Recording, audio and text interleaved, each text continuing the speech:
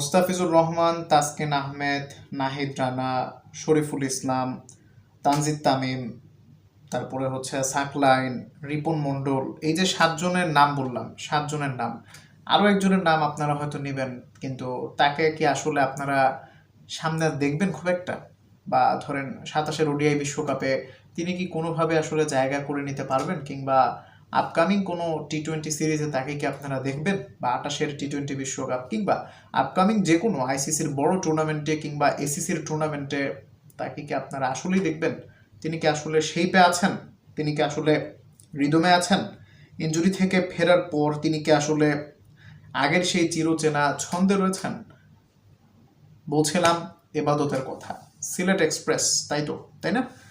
BPL খেলেছেন, সবগুলো ম্যাচে সুযোগ পাননি, অনেক ম্যাচে বেঞ্চে ছিলেন, কিছু ম্যাচে সুযোগ পেয়েছেন, বলার মতো পারফরমেন্স করতে পারেননি, যে পারফরমেন্স করলে মিডিয়া কাভারেজ পাওয়া যায়, বা সত্যিকার অর্থে মিডিয়া কাভারেজ পাওয়ার মতো পারফরমেন্স তিনি আসলে করতে পারেননি। নামটা আসলে কেড়ে নিয়েছিলেন রিপন মণ্ডল, সাকলাইন, তাছাড়া জাতীয় দলে ইতোমধ্যে খেলে ফেলা তানজিদ তামিম, শরীফুল তো অনবদ্য একটা সিজন কাটিয়েছেন, তাসকিনও খারাপ করেছেন এরকম না, মোটামুটি মানের করেছেন না। তাসকিন তো আপনার খারাপ করলেও, বিপিএলে খারাপ করলেও কিছু যায় আসে না, তিনি দলের নিয়মিত মুখ, এবং তিনি কেন নিয়মিত মুখ সেটাও তিনি আসলে প্রুভ করছেন। তিন ফর্মেটেই খেলছেন, সমান তালে আসলে খেলার চেষ্টা করছেন। কোনোদিন খারাপ দিন যায়, কোনোদিন ভালো যায়। আর মোস্তাফিজের কথা নাই বা বলি, নাহিদ রানার কথা নতুন করে বলতে হবে না, তার এক্স ফ্যাক্টরের জায়গাটাই হচ্ছে পেস।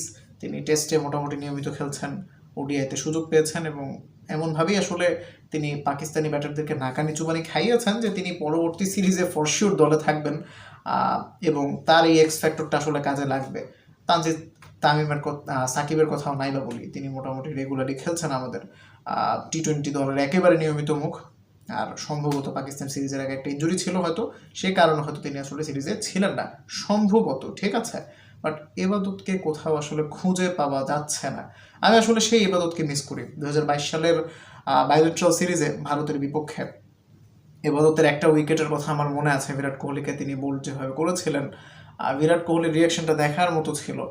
সেই এবাদত আসলে ইনজুরিতে মানে জর্জরিত হয়ে গেছেন, কতবার যে ইনজুরিতে পড়লেন। 24-এর টি-20 বিশ্বকাপ মিস করলেন, 23 সালের ওডিআই বিশ্বকাপও তো মনে হয় মিস করেছেন, 25 সালের চ্যাম্পিয়ন্স ট্রফি মিস করলেন, 26 সালে তো আমরা খেলিনি, 25 সালের এশিয়া কাপেও তিনি ছিলেন না, রাডারেই ছিলেন না। ইনজুরিতে আসলে তার 2-3-4-5 বছর আসলে নষ্ট হয়ে গেছে। সো আমার মনে হয় না এবার তো তার সেভাবে কামব্যাক করতে পারবেন। বয়সটাও যে একেবারে কম তার এরকম না, মোটামুটি একটা ভালো বয়স তার হয়েছে। But he is a fighter. ক্যারিয়ারের শুরুটা করেছিলেন খুবই গড়পড়তা মানের, আস্তে আস্তে নিজেকে ডেভেলপ করেছেন।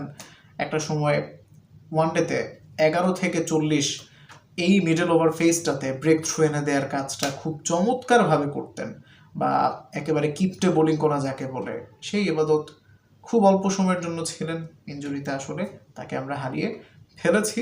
এখনও তিনি খেলছেন, বিপিএলও খেলেছেন। বলার মতো পারফরমেন্স না করলে আসলে এই যে 7 জনের নাম বললাম না, এদের কাউকে বিট করে ঢোকা ইম্পসিবল, কাইন্ড অফ ইম্পসিবল। আপনি দেখেন হাসান মাহমুদও কিন্তু নকিং দ্য ডোর, ঠিক আছে। বিপিএলে চমৎকার করে তিনি টি-20 দলের একেবারে দরজায় কড়া নাড়ছেন। আমি তো হাসান মাহমুদের নাম ভুলেই গিয়েছিলাম। সো হাসান মাহমুদ আবার টেস্টে নিয়মিত মুখ। সো এবাদতকে আপনি আসলে কোথায় ফেরাবেন? যদি মোটামুটি ফিট থাকেন হয়তো তাকে আপনি টেস্টে দেখলেও দেখতে পারেন, তবে কোনো মেজর টুর্নামেন্টে আপনি হয়তো তাকে আর দেখবেন না। আর টেস্টের আমাদের ওই অবস্থান ভালো থাকেও না আপনার ডাব্লিউটিসিতে। দেখা যাক, এবার তো কামব্যাকের জন্য আসলে অপেক্ষায় থাকবো, তবে তার জন্য আসলে কষ্টই লাগে।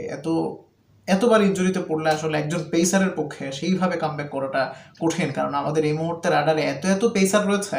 আমাদের রাইজিং স্টার্স এশিয়া কাপে ভালো ভালো পেসার ছিল, আমাদের আন্ডার-19 ওয়ার্ল্ড কাপ জেতা দল থেকে 2-3 জন ভালো পেসার বেরিয়েছে, 2 জন তো খেলছে রেগুলার। আবার নাহিদ রানা থেকে শুরু করে সিনিয়র তাসকিন বলেন, মোস্তাফিজ বলেন, বা হাসান মাহমুদের কথাও যদি বলেন, কাকে রেখে কাকে আপনি আনবেন? এই তো এবার তোর জন্য আসলে আমার খারাপ লাগে, আপনাদের কেমন লাগে অবশ্যই কমেন্ট করবেন।